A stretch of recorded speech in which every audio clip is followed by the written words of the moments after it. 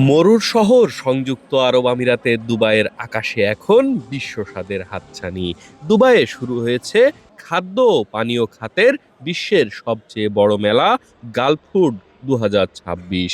Dubai world trade centre এবং expo সিটির Dubai exhibition সেন্টারে আয়োজিত ৩১তম আসরে ১৯০টি দেশের সঙ্গে লাল সবুজের পতাকা উড়িয়ে অংশ নিয়েছে বাংলাদেশও। সোমবার জমকালো আয়োজনের মধ্য দিয়ে শুরু হয় 5 দিন ব্যাপী এই মেগা ইভেন্ট। এক্সপো সিটির বাংলাদেশ প্যাভিলিয়ন ফিতা কেটে আনুষ্ঠানিকভাবে উদ্বোধন করেন সংযুক্ত আরব আমিরাতে নিযুক্ত বাংলাদেশের রাষ্ট্রদূত তারেক আহমেদ। এবারের আসরটি অন্য যে কোনো সময়ের চেয়ে বড়।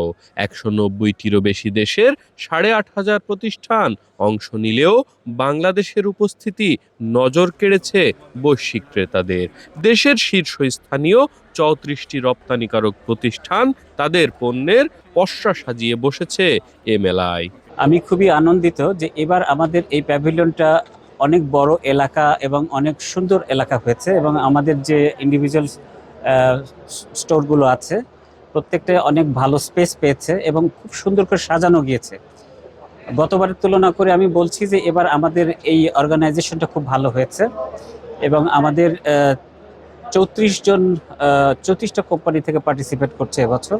গালফ ফুডকে বলা হয় দুনিয়ার সবচেয়ে বড় বা পৃথিবীর সবচেয়ে বড় ফুড অ্যান্ড বেভারেজ একটা ফেয়ার হিসাবে পরিগণিত করা হয়।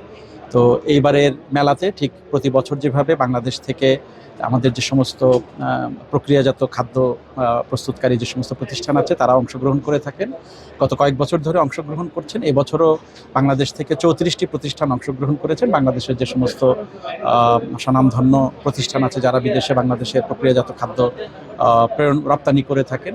আমাদের প্রধান টার্গেটই থাকে এই মেলার মাধ্যমে আমরা বাংলাদেশ থেকে যে আমাদের উৎপাদিত পণ্য, দেশীয় পণ্য যাতে এক্সপোর্ট করতে পারি এবং আমাদের বৈদেশিক মুদ্রা অর্জনের অন্যতম হাতিয়ার হিসেবে এই মেলাগুলো ব্যবহার হয়।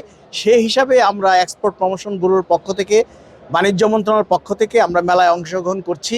এই সেক্টরের যারা ইনভেস্টর বা যারা কনজিউমার, ইভেন যারা পাইকারি খুচরা বিক্রেতা, even packaging labelling industry related যারা, তারাও কিন্তু এখানে আসছেন, নেটওয়ার্কিং করছেন, আমাদের এক্সিবিটরও তাদের সাথে মিশছেন। সো এখান থেকে তারা যেমন তাদের অর্ডারের রপ্তানি আদেশও প্রত্যাশা করছেন, একই সাথে গ্লোবাল সেক্টরে, গ্লোবাল ল্যান্ডস্কেপে ফুড অ্যান্ড বেভারেজ সেক্টর এবং কালিনারি শিল্পে যে নতুনত্বতা আসছে, ইনোভেশন আসছে, এই জায়গাটাও কিন্তু তারা সমৃদ্ধ হচ্ছেন ধারণা নিয়ে। বাংলাদেশের প্যাভিলিয়নে এবার শোভা পাচ্ছে আন্তর্জাতিক মানের প্রক্রিয়াজাত খাদ্যপণ্য, মুখরোচক স্ন্যাক্স, সুগন্ধি চাল, জুস এবং বৈচিত্র্যময় হিমায়িত খাবার।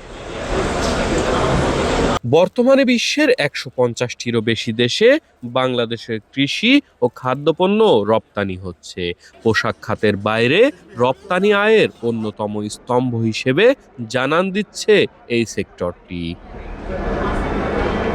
উদ্যোক্তারা বলছেন গালফ ফুড কেবল প্রদর্শনী নয়, বরং বিশ্ববাজারের পাইকারি ও খুচরা বিক্রেতাদের সঙ্গে সরাসরি বিটুবি সম্পর্ক তৈরির এক অনন্য মাধ্যম। বিশেষ করে বিশ্বব্যাপী ক্রমবর্ধমান হালাল পণ্যের বাজারে বাংলাদেশের শক্তিশালী ব্র্যান্ডিং তৈরির এক বড় সুযোগ গালফ ফুড। আগামী ৩০ জানুয়ারি পর্যন্ত চলবে বিশ্বসেরা সব খাদ্যপণ্য প্রস্তুতকারক, পরিবেশক ও সরবরাহকারীদের এই মিলন মেলা। বাংলাদেশের সবগুলো কোম্পানি এখানে রয়েছে, তার সাথে অন্যান্য যারা এসছে তাদের মতো আমাদেরই একই অবস্থা হবে। তবে আমার মনে হয় যে মেলা শেষ হওয়া পর্যন্ত একটু অপেক্ষা করতে হবে যে আমরা কতটুকু পাচ্ছি। আমরা যেহেতু প্রথম এসেছি, মেলার আজকে প্রথম দিন, আমরা আশা করছি বাকি দিনগুলোতে অবশ্যই আমাদের ইম্পোর্টারদের, আমাদের কাস্টমারদের বেড়ে যাবে। আমরা আশা করব অন্যান্য বছরের নিয়ে এবছর আমরা মেলা বেশ ভালো রেসপন্স পাবো। যেহেতু আমাদের এখানে এবার পার্টিসিপেন্টস অনেক আগের বছরের তুলনায় বেশি আছে, আমার মনে হয় যে আমরা আগের বছরের তুলনায় বায়ার এবং ভ্যালুতে যদি এক্সপোর্ট দেখি আমরা ভালো করতে পারবো। যারা রেগুলার বায়ার তাদের সঙ্গে আমাদের কমিউনিকেশন হয়েছে যে তারা এই নতুন সিটিতে তারা আসবে, এবং অন্যান্য যাদের সঙ্গে আমাদের কমিউনিকেশন তাদের মাধ্যমে বুঝতে পারলাম যে এখানে আসবে। সমস্ত প্রোডাক্ট আমাদের এখানে নিয়ে আসছি, কাস্টমারকে দেখানো, ডিসপ্লেইং করা, তাদের হচ্ছে স্যাম্পলিং করা থেকে শুরু করে। আমরা এবারে আমাদের মেলায় বিশেষ করে আমরা ফোকাস করছি আমাদের যে প্রিমিয়াম কোয়ালিটির কুকিজ আছে সেই কুকিজটা এবং সাথে সাথে হচ্ছে আমাদের noodles. Ready to it product নিয়ে আসছি এবং যারা দেশের বাইরে থাকে Bangladeshi test Bangladeshi food miss করে ওনারা এখন আমাদের এই রেডি টু ইট ফুড যে কোনো সুপার স্টোরে পাবে।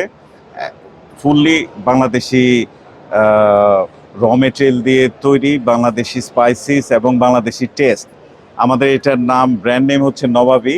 সরকারের নীতিনিষ্ঠ সহায়তা আর উদ্যোক্তাদের নিরলস পরিশ্রমে নিরাপদ খাদ্যের মানদণ্ড বজায় রেখে বিশ্ববাজারে বাংলাদেশ তার অবস্থান আরও সুসংহত করবে আগামীতে, এমনটাই প্রত্যাশা দর্শনার্থীদের।